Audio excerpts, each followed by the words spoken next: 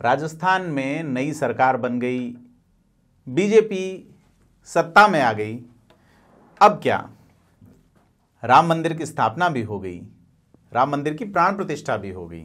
अब क्या, सवाल बड़े हैं, लेकिन फिलहाल जवाब है लोकसभा चुनाव। एक टेंटेटिव तारीख चुनाव आयोग मान के चल रहा है, अप्रैल 16 को पहला चरण का चुनाव हो सकता है। चूंकि देश बड़ा है, 543 लोकसभा सीटें हैं और इन सीटों पर चुनाव कराना कोई आसान काम नहीं है। 140 करोड़ की आबादी वाले देश में, जहां 100 करोड़ के आसपास वोटर्स हैं, ऐसे में चुनाव एकदम यकायक कराना आसान काम नहीं है। लेकिन अपन बात करेंगे कि भाजपा राजस्थान को लेके क्या सोच रही है, जहां वोटर्स की संख्या 5.25 करोड़ से थोड़ी सी ज्यादा है। यानी कि देश के 20वें हिस्से के आसपास वोटर जो है वो राजस्थान में रहते हैं। अब भारतीय जनता पार्टी पूर्ण बहुमत के साथ राजस्थान में सरकार बना चुकी है। ऐसी परिस्थिति में लोकसभा चुनाव को लेकर भाजपा अपनी तैयारी शुरू तो कर चुकी है। यही नहीं, पार्टी केंद्र और प्रदेश स्तरीय जो नेता हैं उनके साथ लोकसभा चुनावों को लेकर एक महत्वपूर्ण बैठक कर चुकी है। तो आज हम बात करेंगे कि बीजेपी 25 सीटों पर लगातार तीसरी बार कांग्रेस को साफ करना चाहती है। 6 सीटें फिलहाल ऐसी हैं जिनमें बीजेपी कड़ी चुनौती का सामना कर रही हैं। और यही नहीं, बीजेपी से कहा जा रहा है कि 2 केंद्रीय मंत्री जो फिलहाल राज्यसभा से सांसद हैं, उनको चुनाव लड़ाया जा सकता है। यही नहीं, राजघरानों को लेके बड़ा एक चाव रहा है भाजपा में टिकट दिए जाने का। तो माना जा रहा है कि पूर्व राजघराने के उत्तराधिकारियों को भी इस चुनाव मैदान में उतारा जा सकता है। वो कौन हो सकते हैं, उन पर भी बात करेंगे। साथ ही एक अंतर्राष्ट्रीय स्तर के खिलाड़ी को भी चुनाव मैदान में उतारा जा सकता है। हालांकि राजघरानों को पहले भी भाजपा टिकट देती रही है, जिसमें हालिया उदाहरण आप दिया कुमारी का देख सकते हैं। राजसमंद से टिकट दिया था और दिया कुमारी फिलहाल राजस्थान के उप मुख्यमंत्री हैं। अंतर्राष्ट्रीय खिलाड़ी ओलंपियन राज्यवर्धन सिंह राठौड़ भी है। तो ये फॉर्मूला बीजेपी एक बार फिर से अपना सकती है। कौन होगा, आगे वीडियो में जिक्र करेंगे। साथ ही 75 साल से ऊपर वाले नेताओं को इस बार लोकसभा में टिकट नहीं मिलेगा। बीजेपी ने जरूर विधानसभा में वासुदेव देवनानी को टिकट दिया, लेकिन उन्हें विधानसभा अध्यक्ष बनाया है। तो बीजेपी की जो बैठक हुई उसमें मोटी मोटी चीजें ये आई है, जिसमें 75 वाला मामला सामने आया है। कास्ट और सामाजिक समीकरण के साथ साथ पेशेगत समीकरण भी ध्यान में रखे जाएंगे। यानी कि खिलाड़ी, यानी कि आईएएस आईपीएस का भी नंबर लग सकता है। और बड़ी बात है कि प्रधानमंत्री नरेंद्र मोदी इस बार खुद इन चुनावों की मॉनिटरिंग करेंगे। यानी कि राष्ट्रीय अध्यक्ष जेपी नड्डा के साथ साथ पीएम मोदी जो है वो कमान संभालेंगे। तो नमस्कार, मैं प्रदीप हूं, आप थिंक 360 देख रहे हैं। राजस्थान बीजेपी 2024 के चुनावों को किस तरह से केंद्रीय बीजेपी के साथ मिलकर, यानी कि प्रदेश लीडरशिप किस तरह से सेंट्रल लीडरशिप के साथ मिलकर हुई बैठक में क्या तय करती है और इस चीज़ों में क्या नया करना चाह रही है भाजपा, क्या परिणाम को लेकर सोचती है, इन पे बात करेंगे। तो पहला जो टॉपिक रहा इस बैठक में वो था कि प्रदेश की सभी 25 सीटों पे तीसरी बार सरकार जो है वो कांग्रेस को साफ करना चाहती है। बीजेपी यानी कि पार्टी साफ करना चाहती है। इस बार हालांकि 6 सीटें ऐसी हैं जो भाजपा को कड़ी चुनौती दिख रही है। सीटें कौन सी होंगी उन पर भी जिक्र करेंगे। और जिन सांसदों को विधानसभा का चुनाव लड़वाया गया था, 8 सांसद थे, उन सीटों पर लोकसभा चुनाव में सीधे तौर पे चेहरे बदले जाएंगे। अगर देखें तो मौजूदा जो 24 सीटें हैं, एक नागौर की छोड़ें जहां हनुमान बेनीवाल इस्तीफा दे चुके हैं, तो 24 सांसद भाजपा के हैं। उनमें से ऐसा माना जा रहा है कि 15 से 16 सीटों पर कम से कम चेहरे बदले जाएंगे। संख्या ज्यादा भी हो सकती है। 2 मंत्रियों के जिनकी हमने बात की, उनमें से एक का नाम अश्विनी वैष्णव है, दूसरे का भूपेंद्र यादव। ये राजस्थान से चुनाव लड़ेंगे, ऐसा बैठक में तय हो रहा है। और ऐसा कहा जा रहा है कि चुनाव की आचार संहिता लगने के साथ ही बीजेपी प्रत्याशियों की पहली सूची जारी करेगी। यानी कि इस बार जल्दी सूची जारी होंगी। और विधानसभा चुनाव में जिस तरह से निर्णय दिल्ली से लिए गए थे, जाहिर है सेंट्रल असेंबली के इलेक्शन है तो दिल्ली से ही होंगी। तो जब बैठक में मौजूद लोगों से बात हुई तो ऑफ द रिकॉर्ड ही बताते हैं सभी लोग, और नए प्रयोगों पे बात हुई कि क्या नए प्रयोग होंगे। इस बैठक में जो पिछले महीने यानी इसी महीने में 12 जनवरी को हुई थी, उसमें राजस्थान के मुख्यमंत्री भजनलाल शर्मा थे, प्रदेश अध्यक्ष सीपी जोशी रहे, कांग्रेस के भाजपा के जो राजस्थान के प्रभारी हैं अरुण सिंह, उन समेत और भी सीनियर लीडर्स रहे। तो अब उस नई रणनीति जो बननी शुरू की है उसमें कुछ नियम तय किए जा रहे हैं ताकि टिकट वितरण स्पष्ट रूप से हो सके। 2 केंद्रीय मंत्रियों को राजस्थान से लोकसभा चुनाव मैदान में उतारा जा सकता है। एक रेल मंत्री अश्विनी वैष्णव फिलहाल उड़ीसा से राज्यसभा के सांसद हैं, मूलतः जोधपुर के रहने वाले हैं। उन्हें कहा जा रहा है कि पार्टी जयपुर से अपना लोकसभा उम्मीदवार बना सकती है, जयपुर शहर से। और दूसरे केंद्रीय वन एवं पर्यावरण मंत्री भूपेंद्र यादव भी राजस्थान से ही हैं और राज्यसभा के सांसद हैं, राजस्थान से ही राज्यसभा के सांसद हैं। यादव बहुल अलवर सीट से जो बीजेपी है वो भूपेंद्र यादव को चुनाव मैदान में उतार रही हैं, ऐसा आउटपुट या इनपुट आया है। तो साथ ही जैसे पूर्व राजघराने का जिक्र हुआ तो उसमें इशारा है, नाम नहीं क्लियर है, तो वो कहा जा रहा है कि राजसमंद जो सीट हैं उस पर लक्ष्यराज सिंह का नाम हो सकता है, या अगर गजेंद्र सिंह शेखावत राजसमंद शिफ्ट होते हैं तो फिर जोधपुर रॉयल फैमिली से, एक्स रॉयल फैमिली, उससे भी कोई सदस्य हो सकता है। क्योंकि भाजपा जो है वो खिलाड़ियों को चुनाव मैदान में उतारने का प्रयोग पहले कर चुकी हैं। ओलंपिक पदक विजेता राज्यवर्धन राठौड़ इसका उदाहरण है कि वो चुनाव मैदान में अपनी उस ग्लैमरस छवि से आए थे, लेकिन बाद में जिस तरह से उन्होंने एडमिनिस्ट्रेटर और एज ए लेजिस्लेटिव स्किल से अपने आप को साबित किया, उससे बीजेपी का प्रयोग सफल रहा है। कांग्रेस ने भी कृष्णा पूनिया को मैदान में उतारा था, जयपुर ग्रामीण से चुनाव हार गई थी, बाद में सादुलपुर से विधायक भी बनी थी, लेकिन यह प्रयोग भाजपा के लिए सफल रहा है। ऐसे में देवेंद्र झाझड़िया का नाम चल रहा है, जो कि पैरा ओलंपिक खेल में 2 बार गोल्ड मेडल और 1 बार सिल्वर मेडल भारत को दिला चुके हैं। ऐसा कहा जा रहा है चूरू लोकसभा सीट पे देवेंद्र झाझड़िया जो है वो प्रत्याशी हो सकते हैं।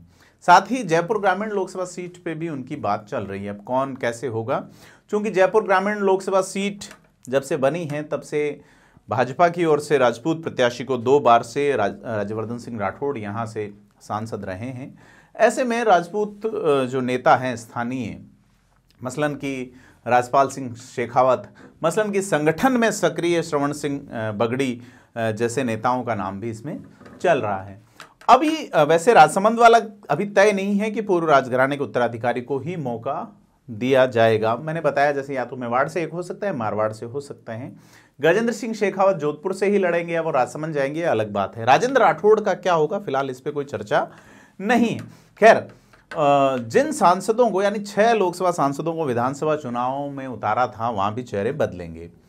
7 सांसद बीजेपी ने उतारा था, राज्यसभा सांसद किरोड़ीलाल मीणा चुनाव जीत गए थे, और बाकी 6 जो हैं, जहां झुंझुनू से नरेंद्र खीचड़ थे, चुनाव हार गए, अजमेर से भागीरथ चौधरी थे, चुनाव हार गए, जयपुर ग्रामीण से राज्यवर्धन सिंह राठौड़, राजसमंद से दिया कुमारी, अलवर से बाबा बालकनाथ चुनाव जीते, और जालोर सिरोही सीट से देवजी पटेल बुरी तरह हार गए। ऐसे में इन लोगों को जो है वो टिकट मिलना संभव नहीं लग रहा। इस बैठक का जो है आउटपुट आया है। साथ ही कुछ सीटें ऐसी हैं जहां से कहा जा रहा है कि प्रत्याशी नहीं बदले जाएं।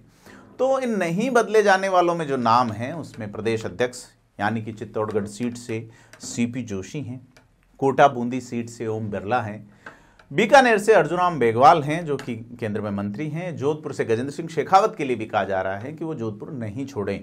साथ ही जैसलमेर बाड़मेर से कैलाश चौधरी, 12 झालावाड़ से दुष्यंत सिंह जैसे चेहरों पे बीजेपी फिर से भरोसा जता सकती है, क्योंकि शेखावत और जोशी इन सीटों पे लगातार 2-2 बार से और दुष्यंत सिंह लगातार 4 बार से सांसद हैं, और बिरला जो है वो यहाँ लगातार दूसरी बार सांसद हैं, और इसी इलाके में वो 3 बार लगातार विधायक भी बने हैं, और अर्जुन राम मेघवाल भी यहाँ पे लगातार 3 बार से सांसद हैं। लिहाजा इन सीटों पे बदलाव संभव नहीं लगता। गजेंद्र सिंह शेखावत, अर्जुन राम मेघवाल, कैलाश चौधरी इनमें से केंद्र में मंत्री हैं। तो भाजपा जो है वो 6 सीटें ऐसी हैं जहां फंसी हुई हैं। एक का नाम बांसवाड़ा है जहां महेंद्रजीत सिंह मालवीय का दबदबा है। भारत आदिवासी पार्टी ने कांग्रेस बीजेपी दोनों की नाक में दम किया है। लेकिन सेंट्रल असेंबली में क्या भारत आदिवासी पार्टी वहां से सांसद निकाल सकती है, सांसद की सीट निकाल सकती है? बड़ा सवाल है, मुश्किल लग रहा है। लेकिन चुनाव परिणाम यह पार्टी जरूर प्रभावित करेगी, क्योंकि 3 विधायक इनके, यानी कि राजस्थान की विधानसभा में तीसरी सबसे बड़ी पार्टी है। तो बांसवाड़ा के अलावा दौसा सीट, जसकौर मीणा जो 75 वाले फार्मूले की अपन बात करते हैं उसमें फिट नहीं होती, 75 से ऊपर उनकी उम्र हो चुकी है। ऐसे में उस सीट पे भी थोड़ा सा पेच फंसा हुआ है। नागौर सीट है, हनुमान बेनीवाल का दबदबा है। बेनीवाल इस बार शायद ही बीजेपी के साथ गठबंधन में आए, या बीजेपी शायद ही हनुमान बेनीवाल को बीजेपी के साथ गठबंधन में ले। ऐसे में नागौर सीट भी गौर करने लायक है। साथ ही सीट है सीकर, अगर सीकर से गोविंद सिंह डोटासरा चुनाव लड़ते हैं तो ये सीट फंस सकती है।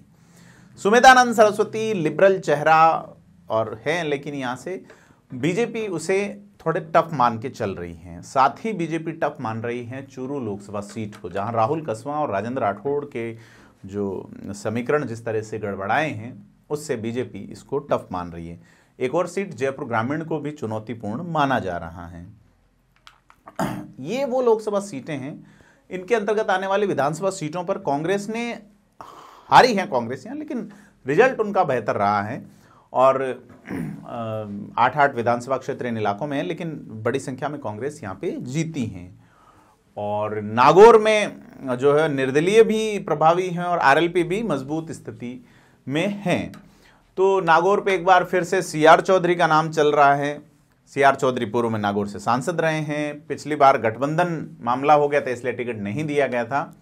तो यह एक बड़ा सवाल यह भी है कि क्या मौजूदा विधायकों को लोकसभा चुनाव में टिकट दिया जाएगा, तो यह एक बड़ा सवाल है। 2014 के लोकसभा चुनाव में ओम बिरला को टिकट दिया गया था और 19 के चुनाव में तत्कालीन विधायक दिया कुमारी को राजसमंद, हालांकि बाद में विधायक का छोड़ के उनको राजसमंद लोकसभा से टिकट दिया गया था। मंडावा से एमएलए रहे नरेंद्र खीचड़ को भी झुंझुनू से टिकट दिया गया था। तो इस तरीके से बीजेपी ने पहले प्रयोग किया था, लेकिन क्या इस बार वो प्रयोग करेगी भाजपा, ये बड़ा सवाल है। और अगर अपन बात करें राजस्थान की श्रीगंगानगर जो कि अनुसूचित जाति के लिए आरक्षित हैं, भीलवाड़ा, जयपुर, पाली, उदयपुर, करौली, धौलपुर, भरतपुर, टोंक, सवाई माधोपुर, झुंझुनू समेत सीटों की, तो यहां भी स्थिति जल्दी स्पष्ट हो सकती है। ये सीटें पार्टी लगातार दोनों चुनाव में जीत रही है, लेकिन यहां बदलाव हो सकते हैं।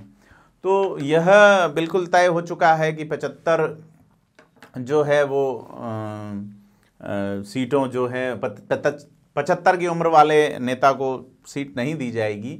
तो ये वासुदेव देवनानी के अलावा विधानसभा चुनाव में बीजेपी ने कहीं किया नहीं। और जसकौर मीणा जिनका मैं जिक्र कर चुका, 75 वर्ष से उम्र ज़्यादा हो चुकी है, ऐसे में उनका भी टिकट कटेगा ऐसा माना जा रहा है।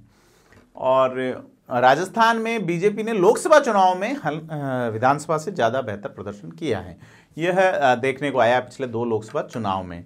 तो 2004 में बीजेपी ने 21 सीटें कब्जाई थी, 25 सीटें 2014 में थी और 2019 में फिर गठबंधन के साथ 25 सीटें। 2009 में बीजेपी 4 सीटों पे सिमट गई थी। तो यह कांग्रेस की स्थिति भी विकट रही है। कांग्रेस यहाँ पे संघर्ष कर रही है कि किस तरह से वो सीट कब्जाए, और बीजेपी एक बार फिर से मिशन 25 के इरादे के साथ जुट गई है। ठीक है, इस बारे में अगर सीएम भजनलाल शर्मा और उनकी टीम का माने तो वो राष्ट्रवाद, राम मंदिर, रामलला समेत मुद्दों को लेके चुनाव मैदान में उतरेंगे। और बड़ा एक चीज़ जातिगत समीकरण वाली है। तो 2014 और 19 के लोकसभा चुनाव में बीजेपी ने अजमेर, नागौर, सीकर, चूरू, झुंझुनू, बाड़मेर, जैसलमेर और 12 झालावाड़ में जाट प्रत्याशियों को टिकट दिया, यानी कि 7 सीटों पे। तो इस बार विधानसभा चुनाव में जाट समाज के 12 ही लोग भाजपा में जीते हैं, कांग्रेस में संख्या ज़्यादा है। ऐसे में साफ माना जा रहा है कि इस बार जाट समाज जो किसान आंदोलन इन तमाम चीज़ों को लेकर नाराज हुआ है, क्या बीजेपी इनमें से कोई सीट बदलेगी, बड़ा सवाल है। भीलवाड़ा और कोटा में बीजेपी ने वैश्य समाज के प्रत्याशी को टिकट दिया था, जैन समाज से। और जोधपुर, राजसमंद और जयपुर ग्रामीण में बीजेपी ने राजपूतों को टिकट दिया था। चित्तौड़गढ़ और जयपुर में ब्राह्मण, पाली में सीरवी, टोंक सवाई माधोपुर में गुर्जर, जालोर सिरोही में आंजना पटेल और अलवर में यादव उम्मीदवार उतारे थे। साथ ही जो उदयपुर, बांसवाड़ा और दौसा में एसटी रिजर्वेशन है। बीकानेर, गंगानगर, भरतपुर और करौली, धौलपुर में अनुसूचित जाति का रिजर्वेशन है। इस बार भी पार्टी इन्हीं जातिगत समीकरणों को ध्यान में रखते हुए टिकट वितरण करेगी। चूंकि इस तरह का जो मैनेजमेंट है उससे बीजेपी को वोट बैंक पक्ष में लाने में मदद मिलती रही है, लेकिन कांग्रेस क्या करेगी ये भी बड़े सवाल हैं। लेकिन फिलहाल भाजपा की इस बैठक का कुल लबो आप देखें तो बड़ी चीज़ ये है कि यह जातीय समीकरणों के साथ साथ 4-5 और भी पॉइंट्स हैं जिन पे भाजपा जाना चाहेगी, जिसमें बिजनेसमैन को टिकट दिए जा सकते हैं, ब्यूरोक्रेट्स को, स्पोर्ट्स पर्सन्स जिनका मैं जिक्र कर चुका, मठाधीश भी आ सकते हैं कुछ। तो यह एक, ताकि जो उम्मीदवार हैं उनकी एक स्टार वाली छवि बनी रहे। और जैसे पहले भी मैं बता चुका कि पेशे और जातिगत आधार पर प्रत्याशियों का पहले चयन किया गया था, जैसे राजसमंद से दिया कुमारी को लोकसभा सांसद बनाना, राज्यवर्धन सिंह राठौड़ को, बाबा बालकनाथ, सुमेधानंद सरस्वती, अर्जुन राम मेघवाल, CR चौधरी आदि, ये ऐसे ही उम्मीदवार रहे थे जो जातिगत होने के साथ साथ पेशेगत भी अपनी एक पहचान रखते थे। तो जैसा अपन बात कर चुके कि बीजेपी के प्रदेश कार्यालय में नरेंद्र मोदी पदाधिकारियों की मीटिंग कर चुके, और ऐसे में यह साफ है कि लोकसभा चुनाव की कमान PM खुद लेंगे। ऐसे में यह एक बड़ी जो कुछ चीज़ें देखी जा रही हैं, जिस तरह से जयपुर में रिंग रेल प्रोजेक्ट की घोषणा कर गए रेल मंत्री अश्विनी वैष्णव, उनके दौरे, उनके स्पीचेस, उससे लगता है कि अश्विनी वैष्णव को जयपुर शहर में मौका दिया जा सकता है। तो यह सीधे तौर पे यह देखने को मिल रहा है कि बीजेपी जो है वो इस लोकसभा चुनाव में एक अलग जोनर, अलग स्टाइल में जाएगी, और जो उनका बेस होगा राम मंदिर की स्थापना, और इसमें बड़ी जो भूमिका निभा सकते हैं वो है टिकटों में बदलाव। अगर 14-15 टिकट बीजेपी बदल देती है तो जो एंटी इनकम्बेंसी हैं वो अगेंस्ट द MPs हैं, और नए चेहरों को मौका दिया जाता है तो कार्यकर्ता भी उत्साह के साथ लौटेंगे, और कुछ स्थापित चेहरों को लगाए रख के भाजपा कुछ चौंकाने वाले निर्णय दे सकती है, उसी तरीके के जिस तरह के उन्होंने मुख्यमंत्री के चयन में दिए, इसी तरीके के जैसे उन्होंने मंत्रिमंडल के चयन में दिए। राजस्थान की राजनीति पे हम खास नज़र बनाए रखेंगे। आपसे अपील है कि थिंक 360 को लाइक, शेयर और सब्सक्राइब करें, और कमेंट बॉक्स में ज़रूर बताएं कि आपको स्टोरी कैसी लगी।